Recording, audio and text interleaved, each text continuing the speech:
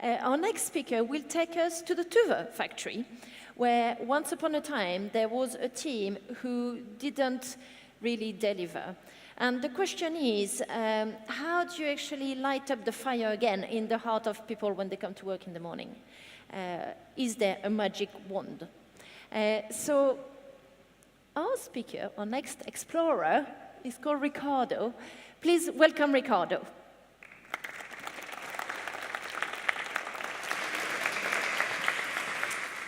Hello. Hi. Ricardo is my name. I work at Volvo's Tuve factory, Volvo lastvagnar, so many of you know.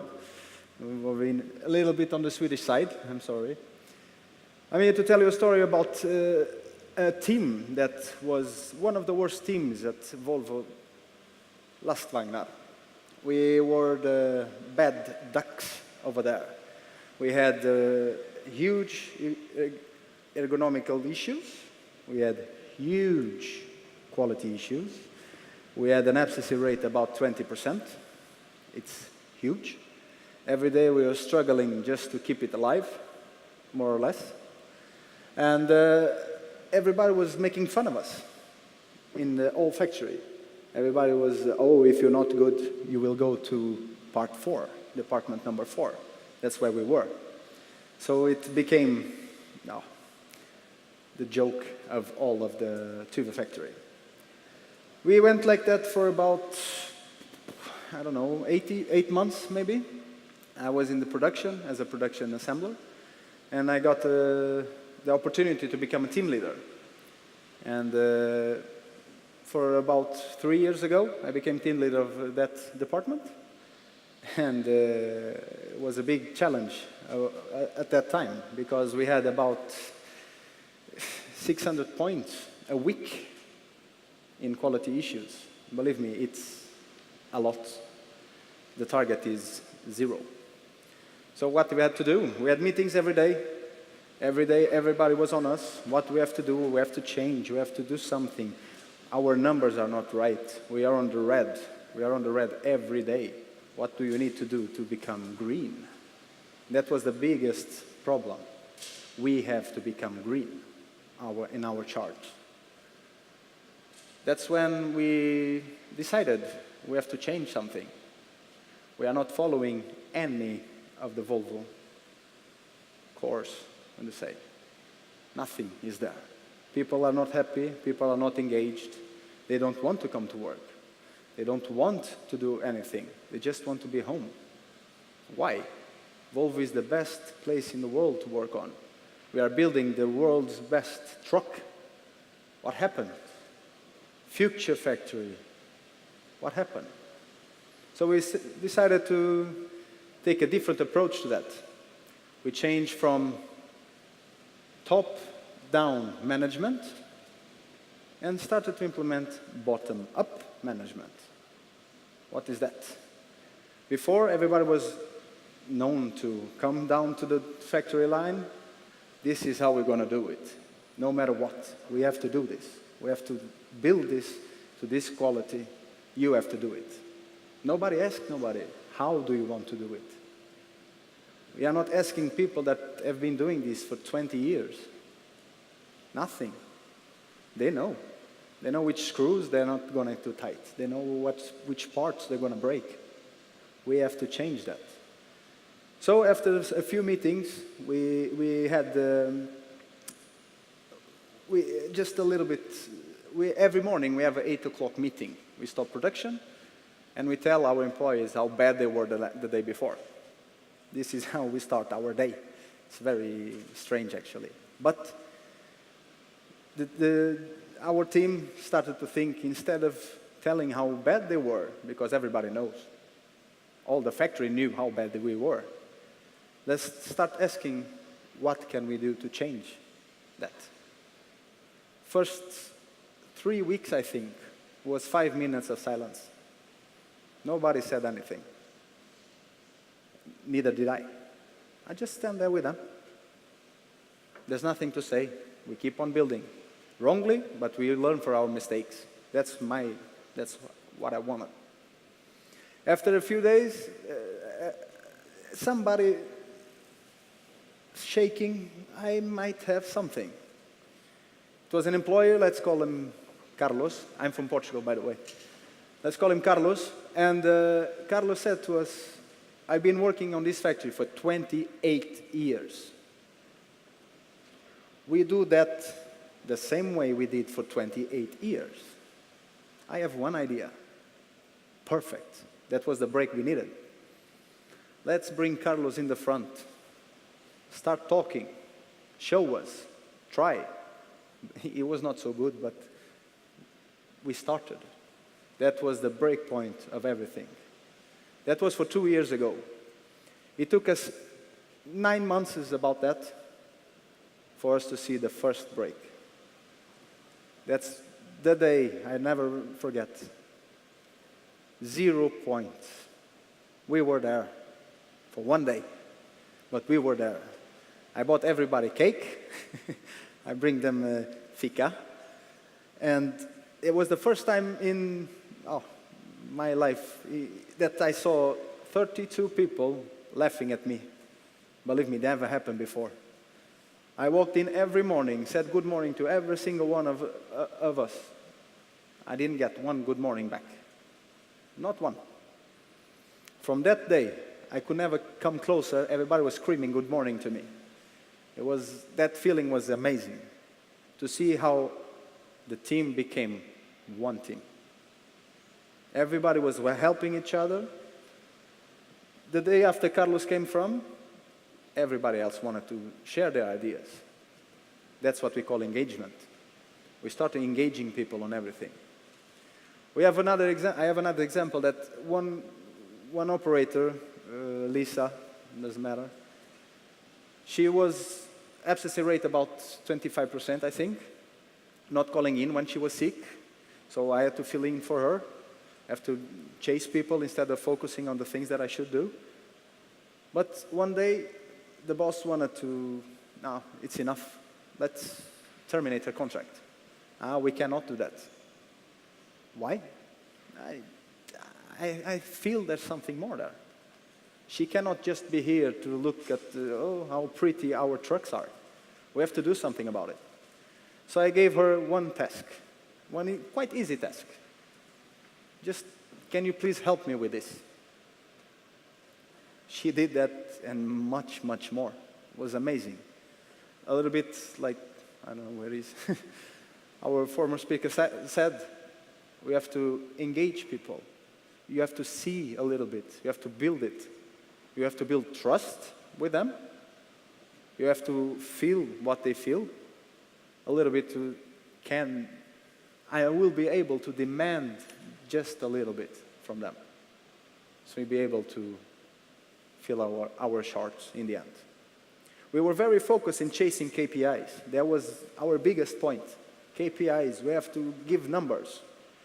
We changed completely our course to focus on the people. What do you need to do for the people to feel well? And that's engaging in everybody. We created a way of work that focused only on the people. It took us 3 months to do that. It's not one thing that you do from one day to the other. But after those 3 months, then we start seeing that people were smiling at work. We eliminated a few ergonomic issues that they wanted to. We start prioritizing what the operators wanted to. And in the end, we see the results. The KPIs were showing. We didn't have to chase them no more. They are coming. Every day was better and better and better and better. Of course, this is not from, we are not perfect yet. We will be, but we're not there yet. We are still trying every day. That's one thing that I point every time I talk about this, is the follow-up that we have to have. A little bit different from the sailing world, where a race has a start and a finish.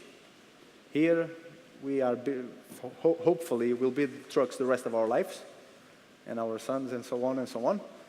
And that's one thing that we cannot forget. We have to follow up in order to be able to get this through.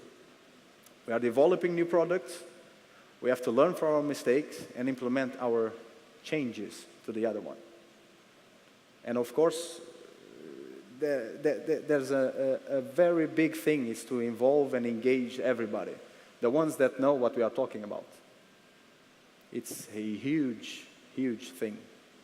Today in the Tuve factory, we are changing that mindset.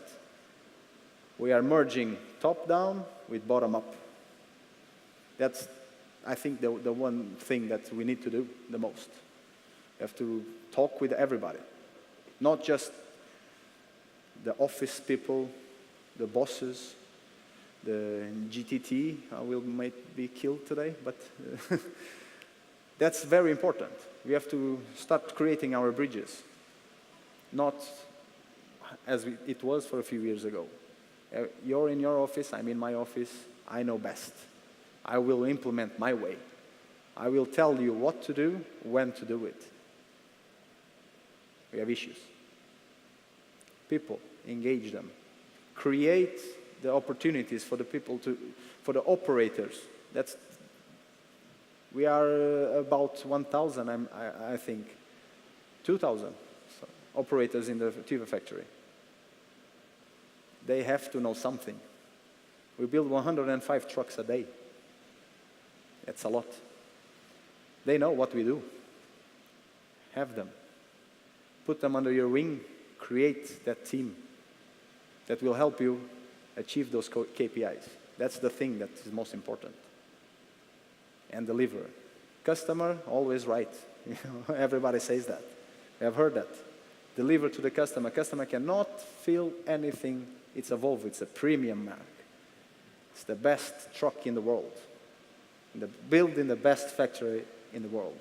Tuve, the home of Volvo. Here it is. And that's one thing that we implemented. I am now in the production engineering part. I left my team leader position, but I'm implementing that in another way to the production. I'm together with the production leaders and the team leaders and giving them responsibility to do what they have to do in order to create that team feeling. And that's one thing that, as a production engineer, I have my colleague over there, and it's very important. Everybody thinks that production engineer will build a truck. We will do everything. We are the best, we know everything, we have the contacts. And it's amazing to work like that, because when you can go to the operators and ask you, oh, this machine is wrong. Before, production engineer would come and say, no, this is how we do it. Today, we are creating with the operator. Okay, we change it. Defy us, challenge us. We will change everything. You are the ones who know. And with that, we can lift the engagement to higher levels. We create the team spirit that you need in order to become a winning team. If you go back a little bit to the department that I was before, we had huge issues, as I said, with quality, but it was so fun to see how people worked. They wanted me to be with them 24 hours a day, because we started to become friends instead of colleagues. It was quite a funny feeling. I come to work, no, I will stamp in, I do my work, and I will go home. I will have my salary in the end of the month. Instead of that, we change it. We were friends. We were going out with each other. I was asking, how's your wife? How's your kids? We have to start knowing each other. After all, we spend 9 hours a day together. It's better to get along. There's one person that I became quite a good friend with, and we are from different backgrounds. As I told you, I'm from Portugal. I moved to Sweden for 10, 12 years ago. And he was from the Middle East. And there's the Swedish people. I think we had 14 different nationalities at our department. How to cope with everything. That's a big, that's one of the big issues. How to interact with people. You have to respect them, and you have to earn the respect from them. That's the thing that I want the strongest with. If I want respect, I have to give respect. We have, this guy is very funny. He came in, he could not speak so good Swedish, actually. And everybody directly put him to the side. He doesn't know. Instead, I talk with everybody.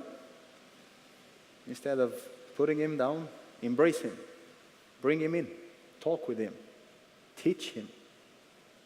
He is one of our best operators. He knows a lot. He comes with many, many ideas in order to drive to the future. What should we do? What can we do different? Change the product. Change the way of thinking. It's amazing. He's a 5-star person. I always have to give him credit for that. Today we talk daily almost, although we are not working together anymore, but he tells me every day. We end up our conversation with, I want you to learn 3 different Swedish words every day and tell me. And that's became a thing for him. And that's what I want to implement in this new team, is we have homework to do. We have to live work at work. We have to live our life. But when you are at work, we have to do something. We have to be a part of it. We cannot let nobody decide for us. We have to change. We have to do it. Get engaged. Get the passion on. That's one big thing that I learned from being a team leader in Tuve. This is actually the best truck in the world. I've seen the others, not so good. We are top notch. That's for me. Thank you very much.